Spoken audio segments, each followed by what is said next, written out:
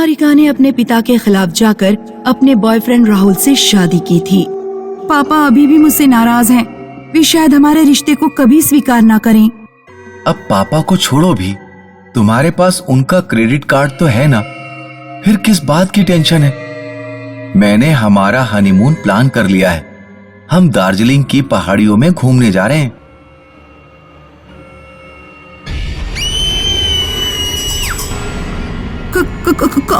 कौन है यहाँ?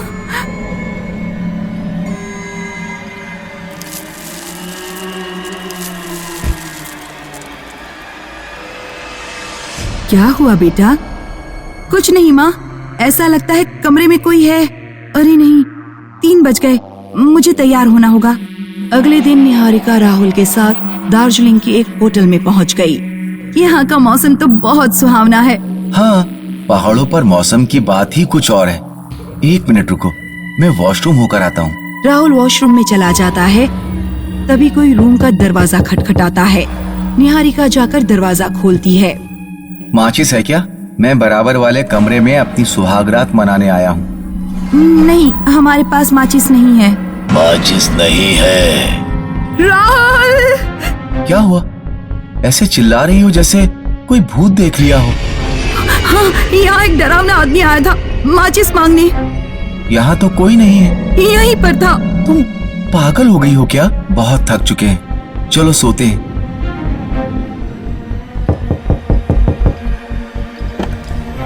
मैंने कहा था ना, दरवाजे पर कोई आया था। इस बार राहुल जाकर दरवाजा खोलता है। राहुल देखता है कि दरवाजे के बाहर कोई नहीं है।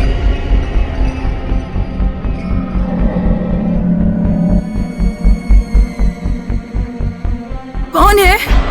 कोई नहीं। हम कल ही ये होटल छोड़ देंगे। कोई भी डोर नॉक करे तो मत खोलना। राहुल अंदर वाले कमरे में जाकर सो जाता है। निहारिका को राहुल पर शक हुआ। राहुल कुछ तो छुपा रहा है। जब निहारिका देखती है कि राहुल सो चुका है तो वो दरवाजा खोलकर गैलरी में झांकती है। तुम दोनों कौन हो? अगले दिन निहारिका और राहुल होटल छोड़कर जंगल में आ जाते हैं और वहीं पर अपना कैंप लगाते हैं। कल रात होटल में वो दोनों कौन लोग थे? कौन दोनों? वही दोनों। क्या पागलपंती की बातें कर रही हो? कोई नहीं था। लोग बाहर नदी के पास घूम रहे हैं। चलो चलो, हम भी घूमेंगे। तुम जाओ, मुझे सोना है। ठीक है, मैं जाता हूँ, तुम यहीं पड़ी रहो। राहुल नदी पर घूमने चला जाता है। कुछ देर बाद जब वो लौटता है तो देखता है कि निहारिका औंधे मुंह पड़ी हुई है।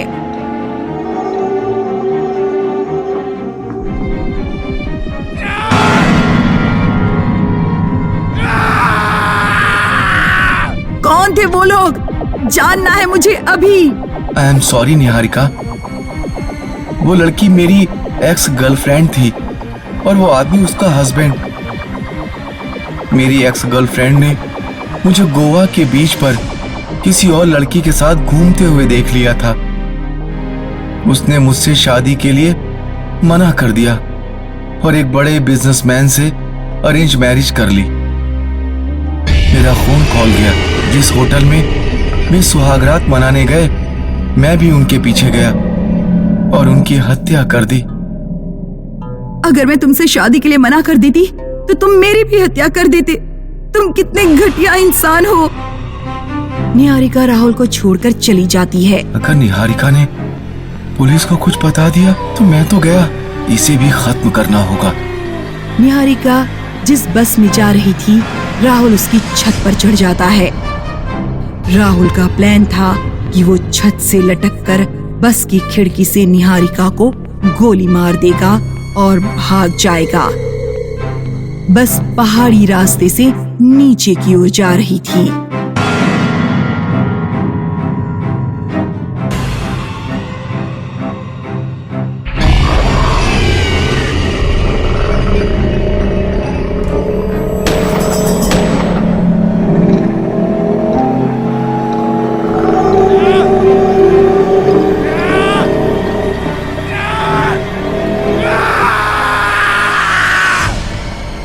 अर्पित और स्नेहा 12th के एग्जाम देने के बाद ऊटी में अपने नाना नानी के घर छुट्टियां मनाने जाते हैं।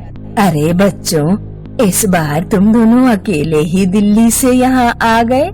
हाँ नानी, क्योंकि अब हम बड़े हो चुके हैं। अर्पित की नानी का घर बिल्कुल सुनसान जगह पर था। सामने सड़क और पीछे घना जंगल। दिल्ली में तो बहुत भीड़ भाड़ और शोर शराबा रहता है। यहाँ कितनी शांति है। नाना जी, मैं जंगल घूम कर आती हूँ। स्नेहा अकेली ही जंगल में घूमने चली जाती है। स्नेहा को एक पेड़ के पीछे से किसी लड़की के रोने की आवाज आती है।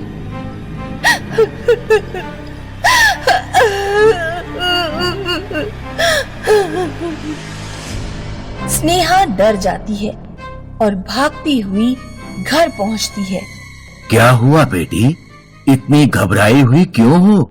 नाना जी, वो जंगल में पेड़ के पीछे कोई रो रहा है। स्नेहा के नाना स्नेहा के साथ जाते हैं, लेकिन उन्हें वहाँ कोई नहीं मिलता। यहाँ तो कोई नहीं है बेटा, तुम्हें जरूर कोई वहम हो गया होगा। नहीं नाना जी, वो इसी पेड़ के पीछे बैठी रो रही थी। स्नेहा के नाना स्नेहा की बात पर ध्यान नहीं देते।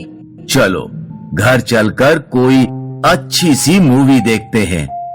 उस रात जब अर्पित और स्नेहा अपने रूम में सो रहे थे, तो उनके कानों में फिर किसी लड़की के रोने की आवाज आती है। ये आवाज जंगल से आ रही है। हमें नाना नानी को जगाना चाहिए। नहीं, उन्हें डिस्टर्ब मत करो। अर्पित और स्नेहा आवाज का पीछा करते हुए जंगल में पहुंचते हैं। पेड़ के पीछे एक लड़की बैठी रो रही थी। वो दुल्हन की तरह सजी हुई है। उसका चेहरा घूंघट से ढका हुआ है। जंगल में अकेली लड़की को बैठा देख स्नेहा और अर्पित का गला सूख जाता है। तुम कौन हो और क्यों रो रही हो? आज मेरी बारात आने वाली है, वो अभी तक नहीं आए हैं। क्या तुम दोनों जाकर रोड पर देखोगे कि बारात कहाँ तक पहुँच चुकी है? लेकिन अभी तो शादियों का मौसम भी नहीं है। क्या कहा तूने? अर्पित और स्नेहा दुल्हन का भयानक चेहरा देखकर डर जाते हैं और वहाँ से भागते हैं। रात के अंधेरे में दोनों जंगल में रास्ता भटक जाते हैं। लगता है हम रास्ता भटक गए हैं। ये जंगल तो खत्म ही नहीं हो रहा। चारों तरफ से उन्हें लड़की के रोने की आवाज सुनाई देती है। हमें दौड़ते रहना चाहिए। भागते भागते सुनसान सड़क पर पहुंच जाते हैं। वो देखते हैं कि सड़क पर किसी की बारात आ रही है। बैंड बाजे बज रहे हैं। अर्पित और स्नेहा चीखते हुए अपने नानी के घर की तरफ दौड़ते हैं। उनके नाना नानी घर के बाहर ही खड़े थे। बच्चों, तुम लोग कहाँ चले गए थे? हम तुम्हें कब से ढूंढ रहे हैं। हम लोगों ने भूतों की बारात देखी, वो इसी तरफ आ रही है। क्या तुम दोनों पागल हो गए हो? चलो घर में और रात में बाहर मत आना। मैं तुम्हारा कल ही दिल्ली वापस जाने का रिजर्वेशन कराता हूँ। स्नेहा और अर्पित अपने नाना की नाराजगी देखकर चौंक जाते हैं। जरूर कोई गड़बड़ है। नाना इस तरह तो कभी नाराज नहीं होते थे। जंगल वाली वो लड़की ही हमें कुछ बता सकती है। उस रात अर्पित और स्नेहा सोते नहीं हैं। रात के 1 बजे उन्हें जंगल से रोने की आवाज सुनाई देती है। वे तुरंत जंगल में जाते हैं। तुम कौन हो? हमसे क्या चाहती हो? मैं तुम्हारी मौसी हूँ। मौसी? यानी हमारी मम्मी की एक बहन भी थी? हाँ, मैं एक लड़के से प्यार करती थी। मेरे पेट में उसका बच्चा था। हम दोनों शादी करना चाहते थे। मेरे पापा यानी तुम्हारे नाना हमारी शादी के खिलाफ थे। मैंने मम्मी पापा की परवाह किए बगैर पूरी वेडिंग प्लान कर ली।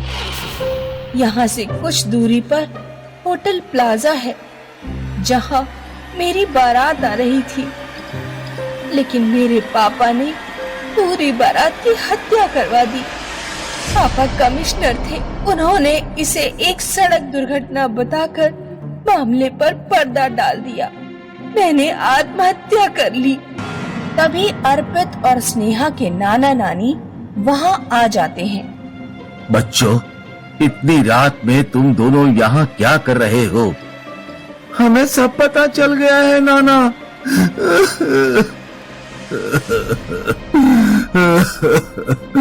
मुझे माफ कर देना बच्चों, मैं अपने आत्मसम्मान के कारण पागल हो गया था। मैंने अपनी बेटी को खो दिया। आज भी जंगल में लोगों को लड़की के रोने की आवाज सुनाई देती है।